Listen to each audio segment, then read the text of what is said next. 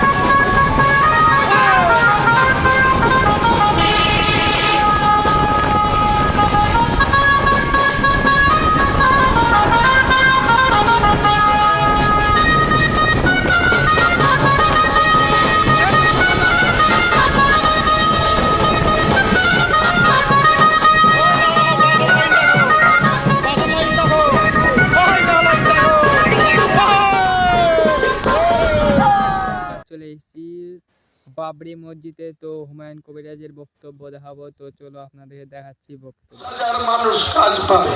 তিনি তো চিৎপাটাং হয়ে গেল 2011 সালের 13 মে।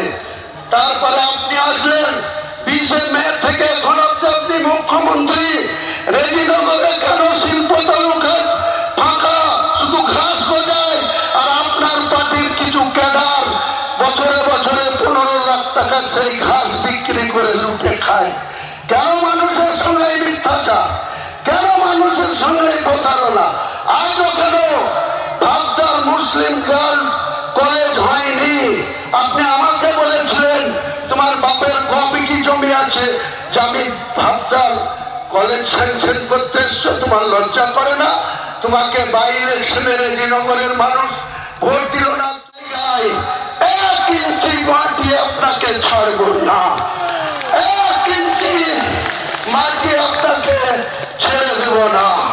আগামী দিনে আজকের এই শপথ অঙ্গীকার একটাই, যে মমতা বন্দ্যোপাধ্যায়ের যে মিথ্যাচার সরকার, যে তোলাবাজি সরকার, যে জুই চোরের সরকার, যেভাবে মানুষের সঙ্গে শুধু মিথ্যা আর মিথ্যা চালাচ্ছে, তাদের যোগ্য জবাব দেওয়ার জন্য হুমায়ুন কবির কাছে একটা জেএমপি পার্টি করতে হয়েছে।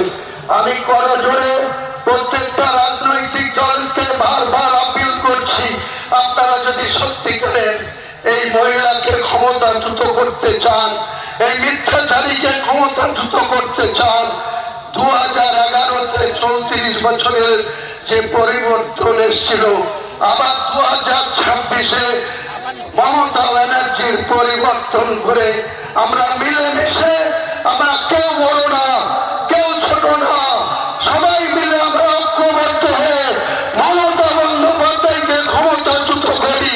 নাহলে বাংলাটা বাঁচবে না, বাংলার কর্মসংস্থান হবে না, বাংলার সংস্কৃতি প্রিয় মানুষ প্রতি পদে পদে লাঞ্ছিত হচ্ছে, বঞ্চিত হচ্ছে।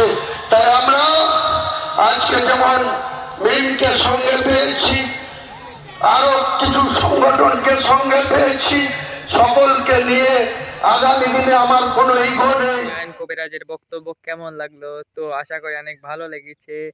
তো আবার তোমাদের পরবর্তী ভিডিওতে দেখা হচ্ছে। তো কমেন্ট করে যাবা তোমার ভিডিওটা কেমন হয়েছে। আশা করি অনেক ভালো হয়েছে। তো চ্যানেলটাকে সাবস্ক্রাইব করে দিও, ঠিক আছে? তো তোমাদের পরবর্তী ভিডিওতে দেখা হচ্ছে।